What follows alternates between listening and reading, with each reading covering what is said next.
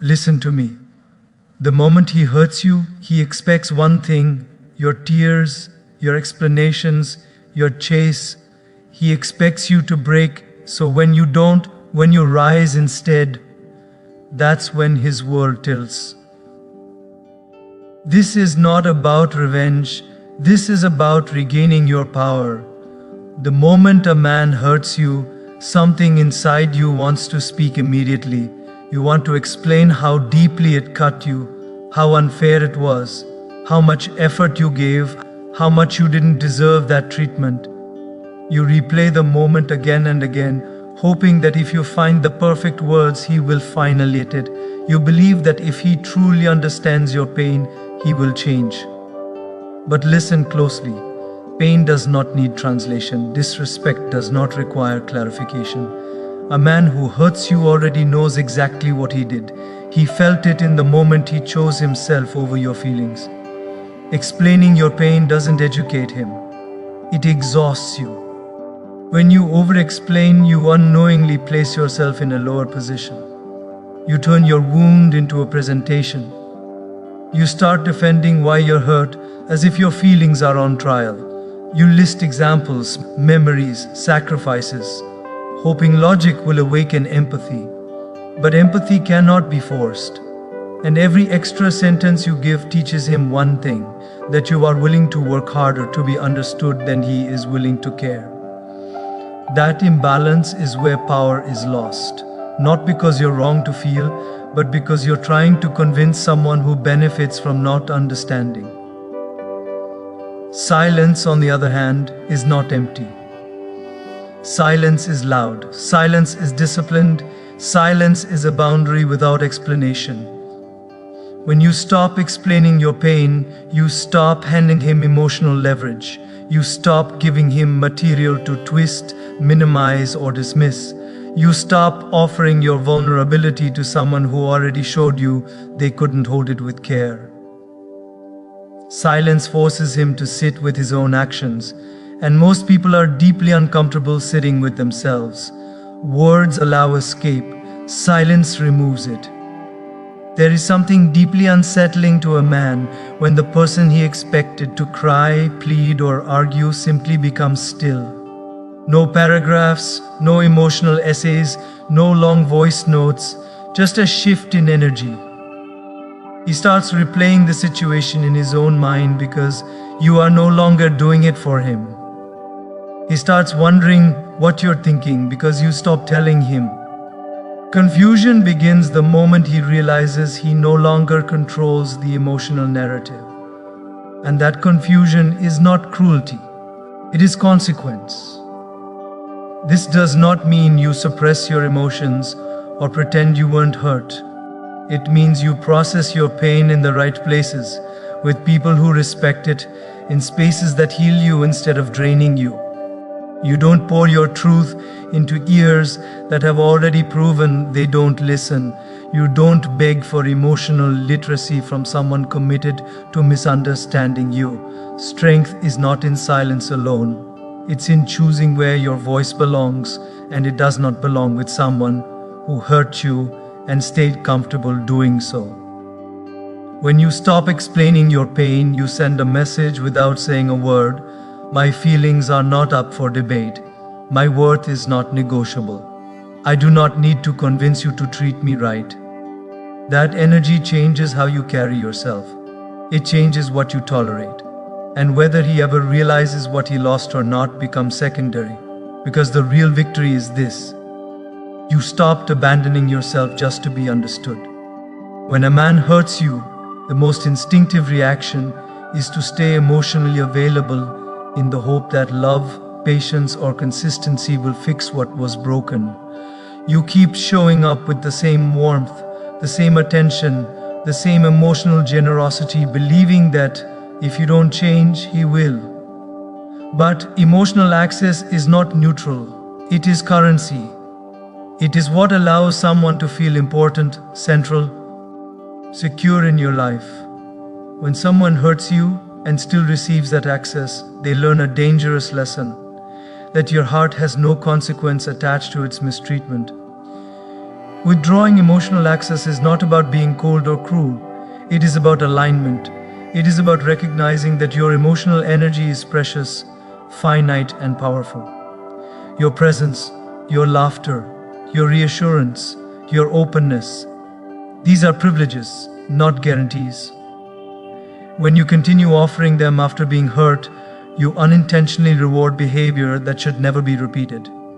You communicate without words that your emotional world can be entered freely, regardless of how it is handled. That is not love. That is self-neglect dressed as loyalty.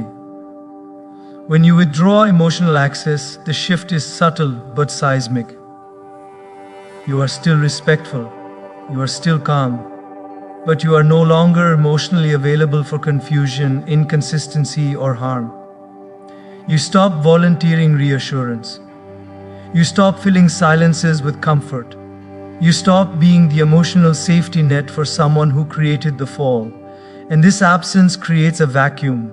Suddenly, the energy he relied on, your attentiveness, your emotional responsiveness, your steady presence, is no longer guaranteed, and what was once taken for granted becomes noticeable only when it's gone. This withdrawal is not loud. It doesn't require announcements or threats.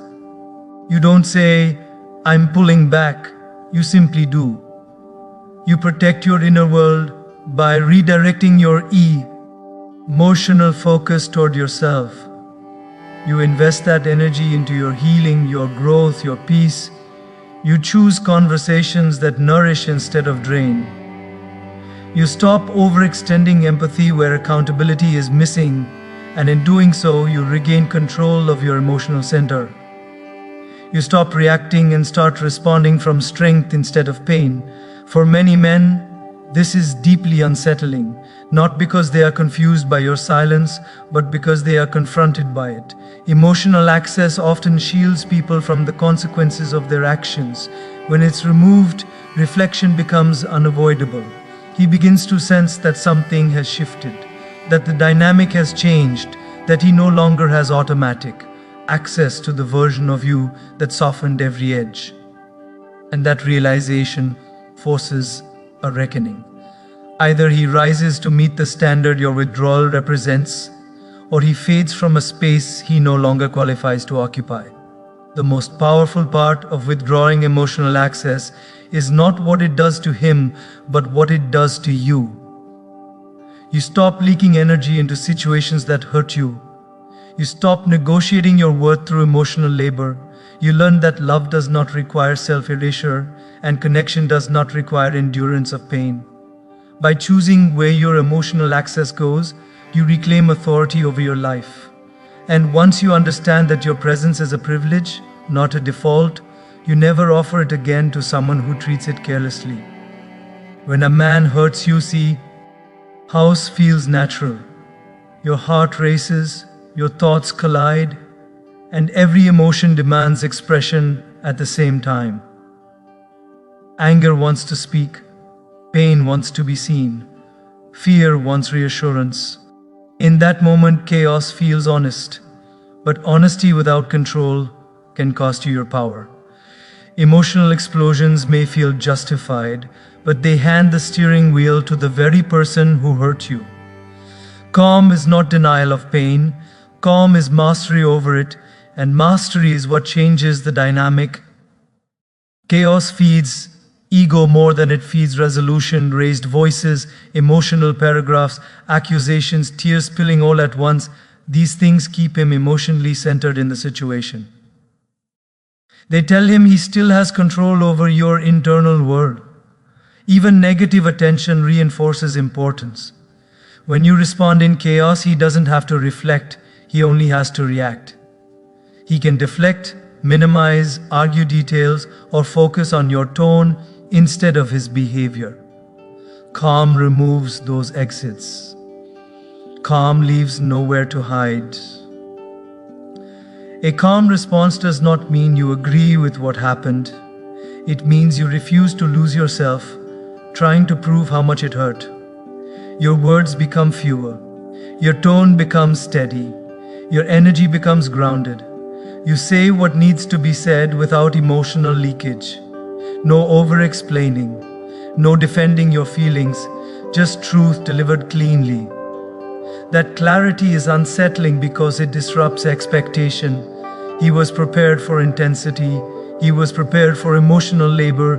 He was not prepared for composure. When you respond calmly, you shift the power structure instantly. Calm communicates self-respect. It signals that your emotions are not wild, unmanaged, or dependent on his reactions. It shows that you can feel deeply without unraveling. This creates cognitive dissonance. He may expect anger, but he receives steadiness. He may expect desperation, but he meets restraint. And restraint forces reflection. People are far more disturbed by calm boundaries than emotional explosions because calm suggests permanence. Calm also protects you. Chaos drains the nervous system. It leaves you replaying conversations, regretting words, questioning whether you said too much or showed too much. Calm keeps you intact. It allows you to walk away without emotional residue. You don't give him memories of your breakdown to revisit later. You don't give him ammunition.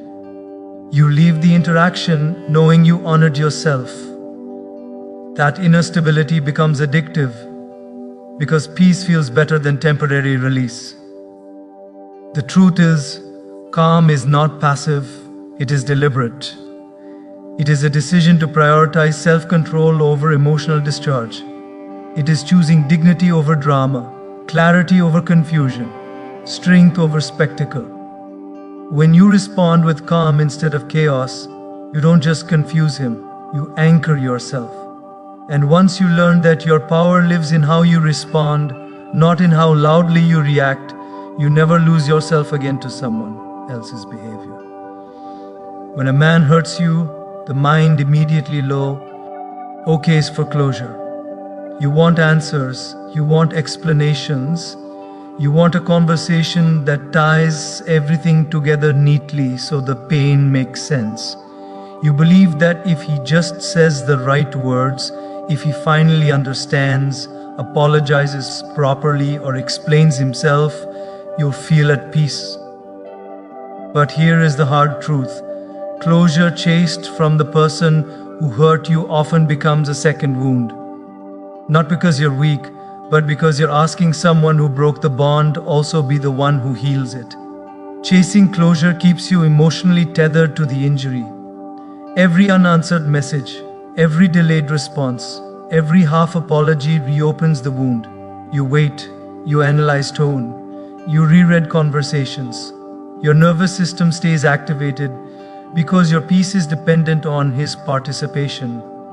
And that dependency quietly hands him power. Power over your emotions, power over your healing timeline, power over when or if you get to move on. Closure that depends on someone else is not closure. It's control disguised as hope. Many people don't realize this, but the need for closure often comes from a deeper place. The need to feel validated. You want your pain to be acknowledged so it feels real, justified, worthy of being felt. But your pain does not become legitimate only when someone else names it. It was real the moment it hurt you.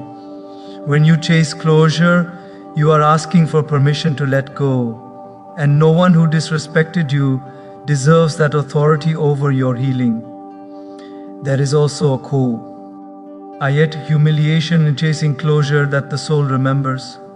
Not because you spoke up, but because you stayed reaching for someone who already showed you they could live comfortably without your peace. You explain again. You ask again. You give them another chance to say the right thing. And every time they fail, the wound deepens. Closure conversations often turn into justification sessions, defensiveness, or silence.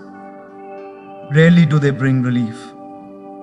More often, they bring disappointment layered on top of pain. Real closure is an internal decision. It is the moment you stop needing the story to make sense in order to move forward. It is when you accept that some people will never explain themselves in a way that heals you. It is choosing to believe what their actions already told you, instead of waiting for words that may never come. This kind of closure is quiet, firm, and self-led. It doesn't feel dramatic, it feels grounded. It feels like choosing yourself without needing an audience. When you stop chasing closure, something powerful happens. Your energy returns to you. Your thoughts slow down. Your nervous system begins to rest. You no longer wake up hoping for a message that will fix everything. You begin to build peace that does not depend on anyone else's growth, awareness, or regret. And that is the deepest form of freedom, when your healing is no longer delayed by someone else's inability to show up. You didn't need their final words to move on. You needed your own thesis. Ion, to stop waiting. When a man hurts you, there is a quiet temptation to make sure he sees what he lost.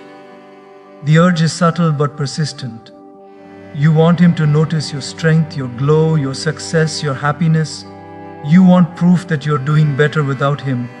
Not because you need his approval, but because part of you wants balance, some acknowledgement that the pain mattered. But the moment your growth becomes a performance, it stops being healing. True elevation is not about being seen, it's about being changed. Quiet elevation is powerful because it is unforced. You don't announce your transformation, you don't hint at it. You don't post cryptic messages or exaggerated smiles meant to provoke regret.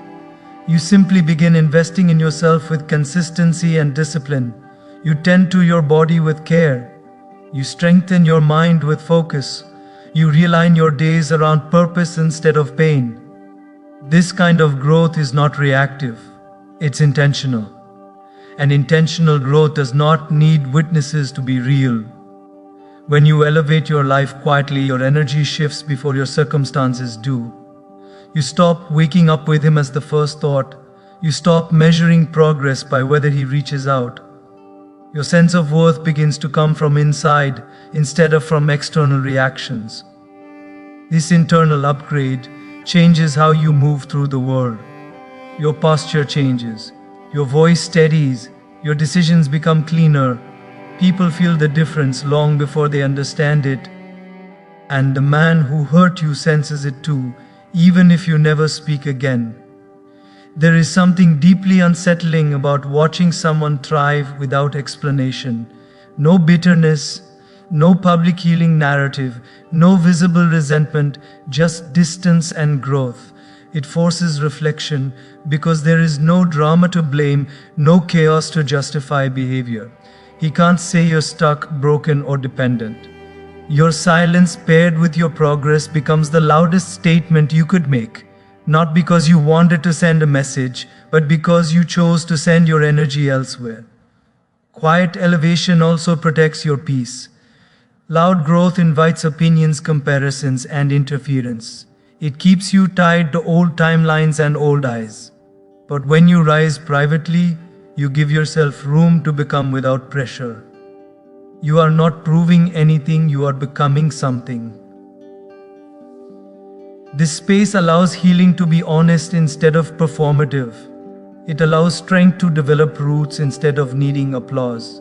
And rooted strength does not collapse when attention fades. The real victory of elevating your life quietly is that it changes your standards permanently. You no longer romanticize potential. You no longer tolerate inconsistency. You no longer negotiate your worth for connection. You outgrow what once hurt you without needing closure or validation. And one day, if he ever looks back, it won't be your success that confuses him. It will be your peace. Because peace that came without him is proof that you finally chose yourself.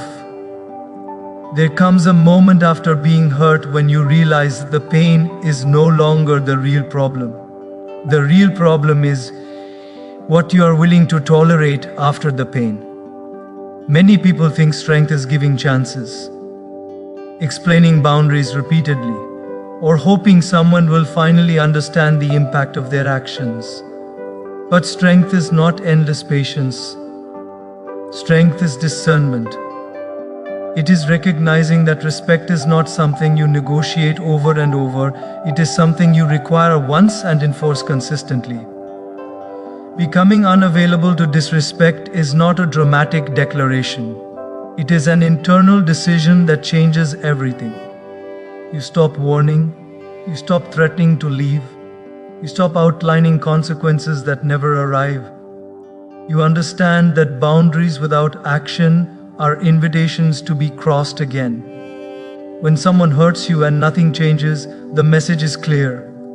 And when you finally respond not with words but with behavior, the dynamic shifts instantly.